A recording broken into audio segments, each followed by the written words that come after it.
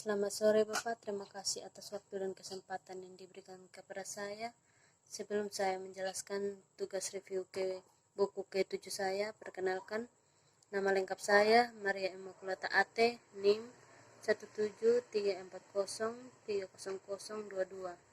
Kelas B reguler sore, mata kuliah seminar masalah-masalah sosial, jurusan Sosiologi, Fakultas Ilmu Sosial dan Ilmu Politik, Universitas Nusa Cendana Kupang 2020. Poin pertama, pendekatan sosiologis untuk masalah sosial. Masalah kita yang paling serius adalah masalah sosial. Bagi Tunik tidak ada solusi teknis, hanya solusi manusia. George A.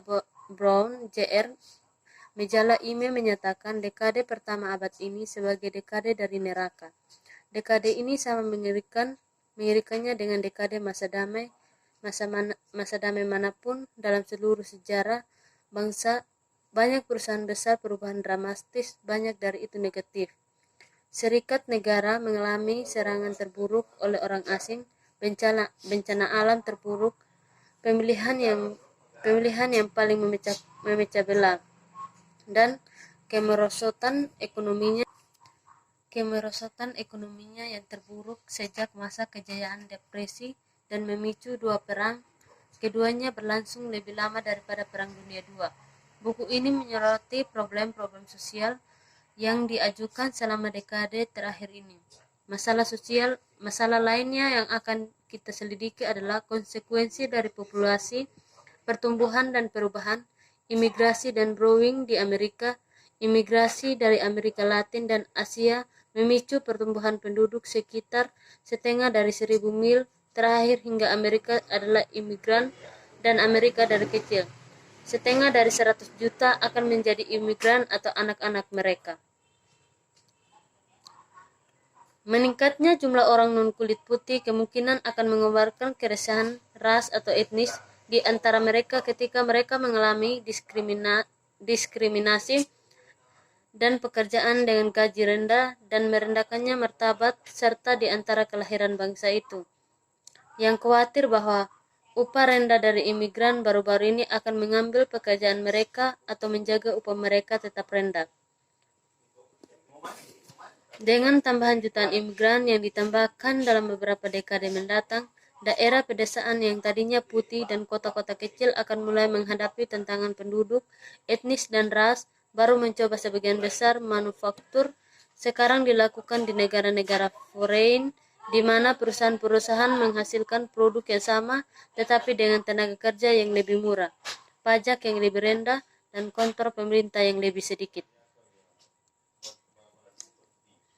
Dua faktor yang mengarah pada spekulasi bahwa kebutuhan orang miskin tidak akan terpenuhi secara memuaskan di masa depan.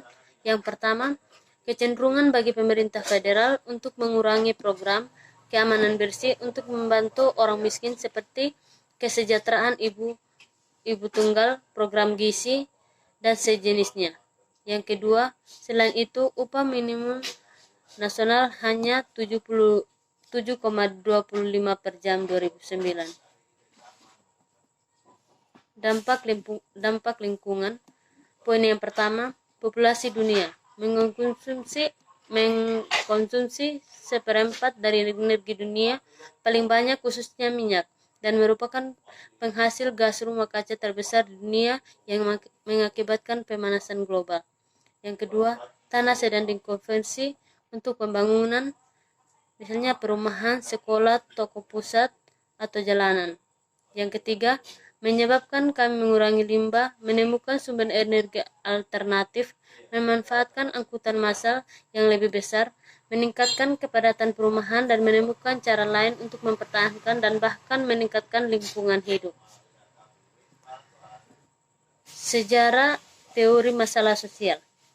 Biasanya, masalah sosial telah dianggap sebagai situasi sosial yang besar jumlahnya pengamatan yang dirasa tidak sesuai dan perlu perbaikan.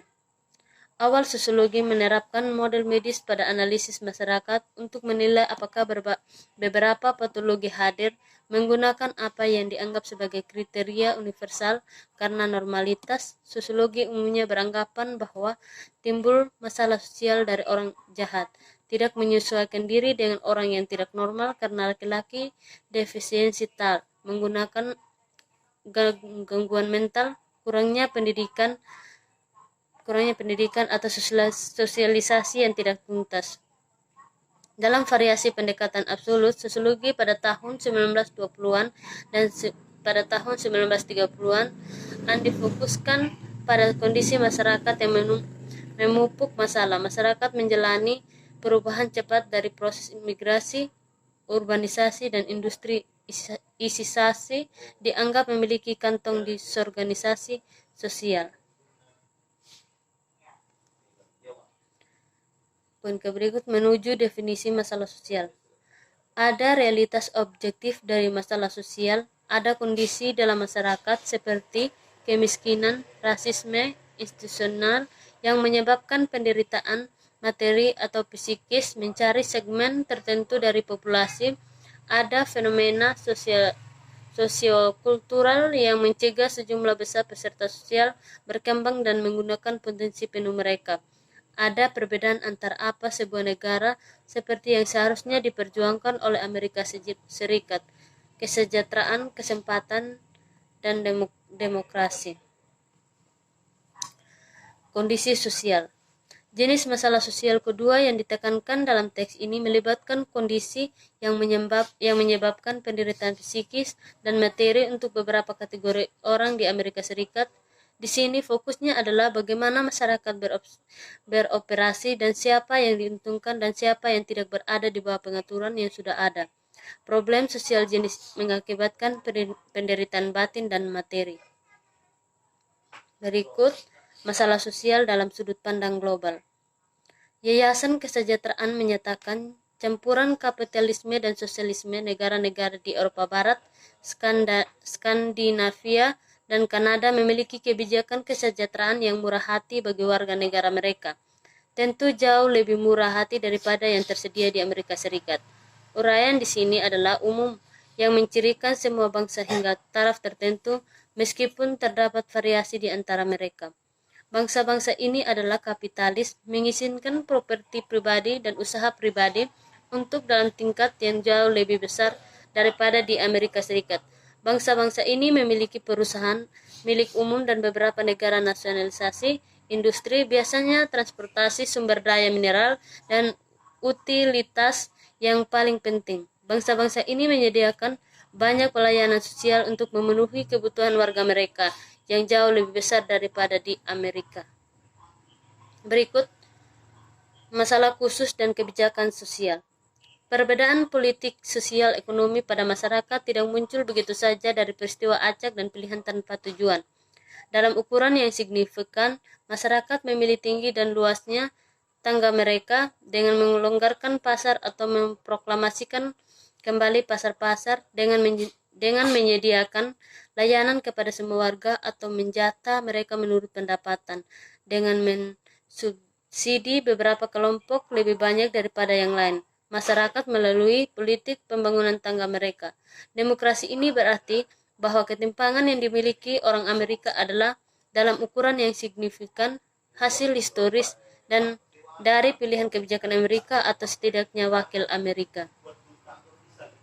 Berikut masalah sosial ekonomi politik. Karl Marx dan penghancuran diri kapitalisme adalah salah satu teori sosial terbesar dalam sejarah. Ide-idenya telah menyulut kaum revolusioner dan revolusi. Tulisan-tulisannya memiliki dampak yang sangat besar pada setiap ilmu sosial. Kontribusi intelektualnya dalam bidang sosiologi mencakup yang pertama, pengembangan model konflik masyarakat. Yang kedua, teori perubahan sosial berdasarkan antagonisme antara golongan sosial. Yang ketiga, pemahaman bahwa power terutama berasal dari produksi ekonomi dan keprihatinan mengenai asal-usul sosial keterasingan. Marx percaya bahwa dasar tatanan sosial di setiap masyarakat adalah produksi barang-barang ekonomi, apa yang diproduksi, bagaimana diproduksi, dan bagaimana tukar menentukan perbedaan dalam kekayaan, kekuasaan, dan status sosial masyarakat. Marx berpendapat bahwa karena manusia harus mengatur kegiatan mereka untuk memberi pakaian, memberi makan, dan menempatkan diri di sana. Setiap masyarakat dibangun di atas dasar ekonomi, bentuk yang ditepat dan dari organisasi ini bervariasi di antara masyarakat dan di sepanjang waktu. Sekian hasil review buku ketujuh saya Bapak. Sekian dan terima kasih. Salam. Selamat